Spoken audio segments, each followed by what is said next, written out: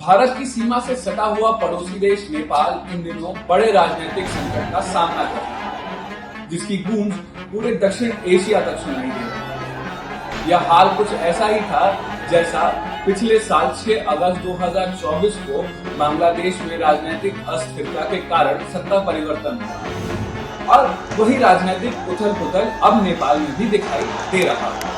नेपाल की राजधानी काठमांडू के सड़कों पर जनसैलाब उतर आया, संसदों में आगजनी हुई और अंततः युवाओं का गुस्सा ऐसा फूट पड़ा जिसके कारण वहां के तत्कालीन प्रधानमंत्री केपी शर्मा ओली को अपने पद से इस्तीफा देकर दुबई भागा।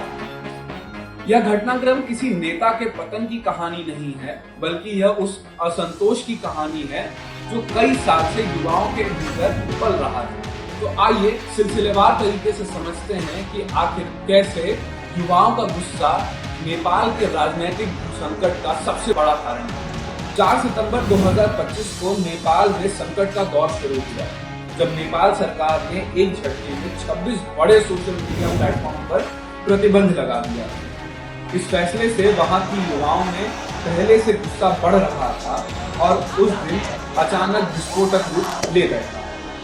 सोशल मीडिया आधुनिक पीढ़ी की अभिव्यक्ति का सबसे बड़ा मंच बन चुका है और जब इस पर ताला जड़ा गया तो इस देश की आवाज दबाने की कोशिश के रूप में इसे देखा गया। धीरे धीरे यह असंतोष नेपाल के सड़कों तक फैल गया, जिससे यह तय हो गया था कि यह विरोध सिर्फ वर्चुअल रियलिटी नहीं बल्कि नेपाल की असल रियलिटी के रूप में बढ़ता जा रहा है।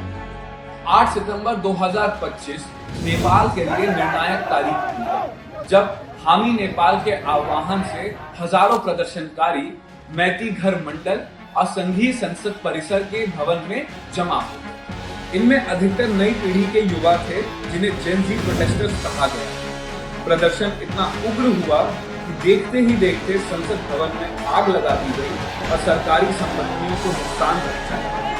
स्थिति बिगड़ने लगी, जिसके बाद सुरक्षा बलों को आंसू गैस और लाठीचार्ज का सहारा अपनाना पड़ा। लेकिन इससे वहां की भीड़ और भड़क उठी, जिससे यह विरोध पूरे देश में फैलता चला। जनता का विरोध और हिंसक प्रदर्शनों की आंच 9 सितंबर 2025 को उस बिंदु पर पहुंच गई जब वहां के तत्कालीन प्रधानमंत्री केपी शर्मा ओली को इस्तीफा देकर देश छोड़ना ही पड़ा। इस्तीफे के बाद वे चुपके से राजधानी से निकलकर आर्मी बैरक शिवपुरी पहुंचे और वहां से दुबई के लिए रवाना हो गए। उनके जाने से नेपाल की सड़कों पर प्रदर्शनों की आक्रामकता और बढ़ गई। सरकारी भवनों में आगजनी, पुलिस के साथ झड़पें और अराजकता का माहौल पूरे देश पर छा। स्थिति को नियंत्रण के बाहर जाते देख वहां की सरकार ने पूरे देश में 10 सितंबर 2025 को कर्फ्यू लागू कर दिया।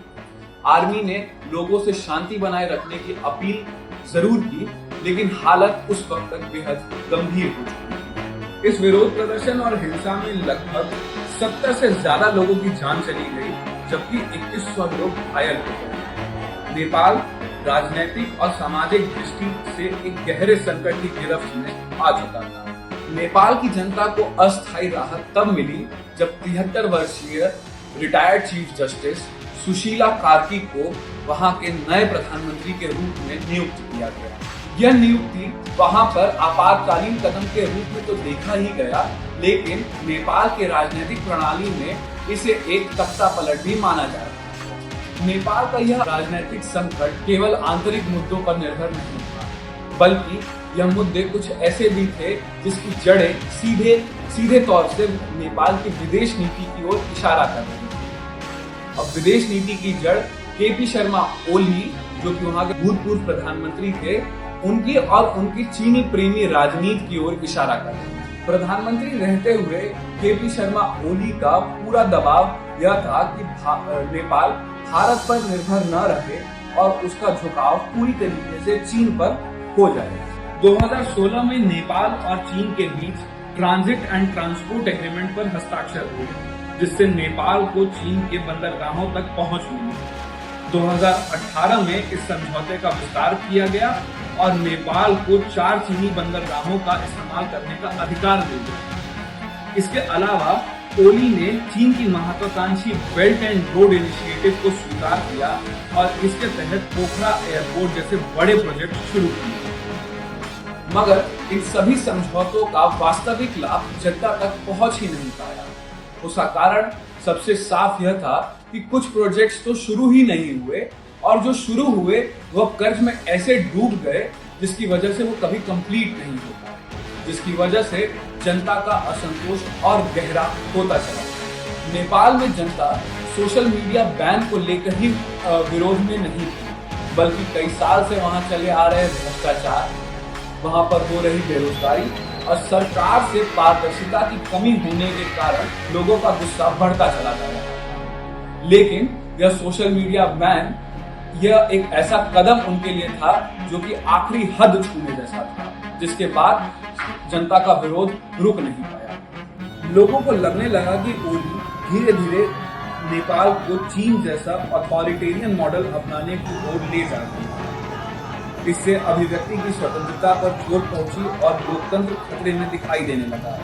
खासकर युवा पीढ़ी ने इसे स्वीकार करते हुए सत्ता के खिलाफ मोर्चा खोल दिया। यदि इस संकट को और अच्छे से समझना होगा तो हमें 2015 के उस मधेसी आंदोलन को याद करना होगा, जब नेपाल सरकार ने भारत के ऊपर यह आरोप लगाया था कि भारत ने वहां नेपाल के ऊपर आर्थिक नाकेबंदी लगा दी है, जिसकी वजह से नेपाल में तेल और दवाइयों की भारी कमी पाई गई थी। उस समय की स्थिति ने नेपाल की जनता को भारत के खिलाफ भड़का दिया और ओली ने इस गुस्से को राजनीतिक शक्ति में बदलते हुए भारत से दूरी बनाने की रणनीति अपनाई। लेकिन चीन से बढ़ती नजदीकियों ने अपेक्षित लाभ नहीं पहुंचाया, बल्कि देश आंतरिक रूप से और कमजोर होता चला गया। इन मुद्दों और विरोध का असल कारण जानने के लिए हमें ओली का सफर जानना बेहद जरूरी है। वहां के भूतपूर्व प्रधानमंत्री केपी शर्मा ओली का राजनीतिक इतिहास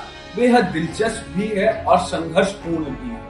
केपी शर्मा ओली अपने शुरुआती उम्र से ही कम्युनिस्ट आंदोलन में बहुत सक्रिय थे, जिसकी वजह से वह 14 साल जेल में भी रहे, जिसमें से 4 साल उन्होंने बेहद एकांतवास में काटा। लेकिन जब वह जेल से बाहर आए तो वह नेपाल में इतने सक्रिय हो गए और एक बड़े राजनेता के तौर पर उभरे। 4 बार प्रधानमंत्री की कुर्सी तक पहुंचे।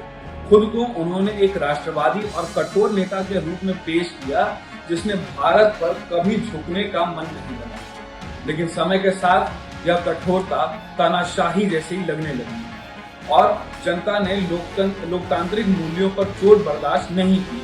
2025 में इस असंतोष ने आखिरकार उन्हें सत्ता से बाहर कर दिया। आज का सवाल यही है कि क्या नेपाल में आने वाली सरकार ओली की तरह फिर से चीन पर अत्यधिक भरोसा करेगी या भारत के साथ एक संतुलित रिश्ते बनाएगी और लोकतांत्रिक मूल्यों पर काम करेगी। यह तय है कि जनता अब अधिनायकवादी नीतियों को स्वीकार करने वाली नहीं है। ओली का इस्तीफा केवल एक व्यक्ति की राजनीतिक हार नहीं, बल्कि उस सोच की विफलता है जिसमें नेपाल ने संतुलन की अपनी पुरानी विदेश नीति छोड़कर पूरी तरह चीन की छांव तले खड़े रहने का प्रयत्न किया।